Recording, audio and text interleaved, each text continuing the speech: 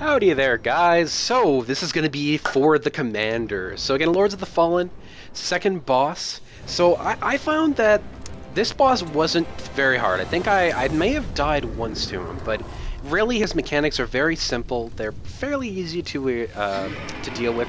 The only thing that might be a little bit annoying is when the two ads spawn in the third and fourth stage. So, other than that, pretty simple. So, whenever he puts his shield down, move. Do not stand in his immediate vicinity. And it'll kind of be a common theme. I just beat the Worshipper, which is the third boss, when as I'm doing this commentary. So it's a common theme. Don't stand in the boss's immediate vicinity when he does certain things. So shield slam on the ground, get out of it. So right here, back off.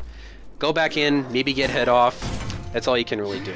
Now, right here, this is his, it's a homing missile, basically. So what you want to do, go behind the boss. Go behind the boss and get a couple hits in, because it's basically free damage. Just don't, make sure you're not standing in front of him. So right here, he summons an ad, because he is the commander, quote-unquote. The best way to deal with these guys is to backstab them, really. Especially when you're fighting 1v1. Really, it's the easiest, most efficient way of doing this, so... Yeah, that's that. Now, watch out for those shields. He does send out basically these big blasting shields towards you. If you're not paying attention, you can get hit by one of them. It does a decent amount of damage. So, one thing about when he does put his shield down, as you can see, stuff rains down from the sky, and actually that hits quite hard. Does about 50 or 60 damage. So be careful of those. You want to stay behind the boss. It's kind of a common theme with this guy is that just if you stay behind him, a lot of his stuff won't hit you. A little bit later on, he does do the shield slam attack, and I'm in front of him. And unfortunately, I do get hit by one of the falling stars or falling whatever they are. So right here, go in front of him, go into melee range. So yeah, it's actually a well-designed boss fight in and of. There are certain times you want to be beside the boss, there are certain times you do not want to be beside the boss. So, yeah, just have to know when you have to do that. If you stay behind him, you'll be pretty good. That's basically about it. So, like, he always goes into these defensive stances whenever the ads spawn. So, it gives you a little bit of time to kind of catch your breath. In the first and second phase, I believe there's only only one mob, whereas in the third and fourth phase, there's two mobs. So it's a little bit harder to deal with. As a warrior, I have 100% block, so it's a little bit easier to deal with them. Now, as a rogue or maybe like a spellcaster, it'd be maybe a little bit of a different thing you have to worry about. Usually rogues, they'd be able to backstab one of them and then use the invincibility frames from that to do a lot of damage, so you'd be okay most likely. For me, I just kind of keep my shield up and just kind of hit them whenever I see an opening. Same thing for this guy. He does do the double attack, so it's one attack, two attack, and then as you can see, he also does a shield bash. Now, the shield bash, I'm not really sure what the point of the shield bash is. If he immediately followed up with an attack, then I'd say, okay, that makes sense, because if he shield bashes you and you have your shield up and you're basically just turtling, maybe you should get punished for that. But I feel like that's it's a useless ability, really, because it doesn't do any damage. And even if you do have your shield up, it gets rid of all of your stamina, but then he sits there and looks at you. So I felt like that wasn't maybe the best design choice, but again, it's just kind of a little gripe that I have. Again, watching the shields, you don't want to be hit by those. Yeah, overall, this one, I don't think it's the best designed boss out of all the ones that I've faced so far. I have to say, I'm gonna go absolutely ham on the Worshipper fight, because I think it actually is legitimately one of the best boss fights I've ever played in a game. Like, I am just ecstatic about this boss fight, because, anyway, should save that for the actual video, because it'll be fun. It'll be a lot of fun. The Commander, it's decently designed. I didn't really like how, you fight the first Warden, and he has a giant shield and a big-ass sword. That's essentially what the Commander is. It's fairly similar. The only real difference is that this guy has ads and the Warden doesn't. So, well, and of course sky thing, but I don't aesthetically I would have liked maybe a little bit of a different boss, maybe have this as the third boss and the Worshipper is the second, and just complaining for no reason. So whenever he goes in the defensive stance, he does knock you back. It doesn't really do any damage. I've noticed a couple times in this game, there are certain attacks by bosses that don't do any damage, and it's just, I understand why, because it'd be kind of annoying if shield bashes did a lot of damage, especially if you're in New Game Plus or New Game Plus Plus, but I feel like they're not punishing you at all for turtling, pretty much. This game really does not punish you at all. There's no...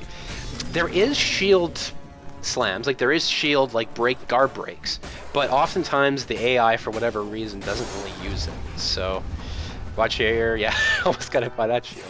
It is kind of a grind fest a little bit because he does go into the defensive stance so often, and you can't really do anything to him. Your attacks just hit off him. Not to mention their ads coming at you. Ads are always the priority. And no matter what boss fight you're in, usually the ads are the biggest priority, unless the boss is literally one shot from death. Because the ads in this game, I'd say they're actually, yeah, that was the point where I wasn't behind the boss in that phase, and I got smashed for it. So. My mistake.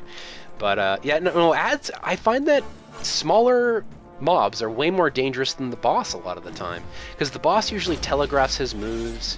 He usually, you can tell when he's doing certain things, because it's either and that's how a well-designed boss should be. It should do a lot of damage if you're not paying attention, and it should have big heavy swings that are telegraphed, because otherwise it's not really fair. Because if it's a boss and it does like really quick attacks and just like 3-shots you, what can you do against that, really? So again, fighting 2 mobs at once. What I do is just keep my shield up, deal with them. Nothing else you can really do there. Yeah, I'm not getting any backstabs for some reason, which is, it is kind of interesting sometimes when you can backstab and when you can't. But I think the rogue has a little bit of a wider, at least it seems like the rogue has a little bit of a wider area. It might just be me. It might be the weapon, who knows? Who knows? But so far, so good. You have to be aware as well when you are attacking. If you attack once you've run out of stamina, you will do significantly less damage. You're basically flailing around, not doing much. So keep that in mind. Now, actually, something to keep in mind as well. The boss doesn't do anything for the last phase, as far as I could tell. I'm really not sure if I just missed something or if it was glitched or what, but the final phase didn't do anything particularly new. The last 2 phases, yes, but not the last phase. So it's not like the Warden where you really have to worry too much.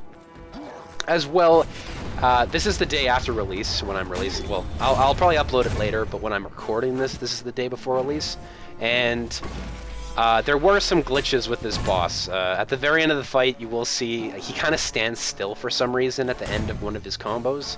It was kind of weird, and I did have that happen before when I first beat him. This is the second time that I'm fighting. Usually I beat the boss so I can actually get leg free, and then I'll fight him again when I know the mechanics and everything and then record it. So as long as you don't go to a checkpoint, it doesn't save, so you know. So boss is almost dead. He uses his, I didn't actually explain that attack. What he does is that he swirls the sword around in the air and then sends out a blast of energy from his sword. It is physical damage, so you can block it with your shield, so it's really not really a big deal. It's not, so.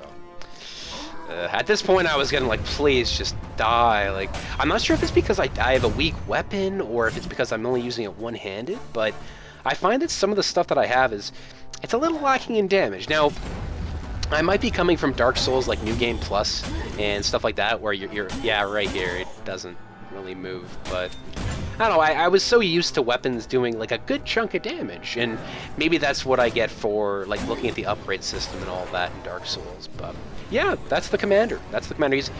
Once you get the mechanics down, he's actually really simple. The biggest thing that I'd probably be worried about is the shit that falls from the sky. That's probably the hardest part of the fight.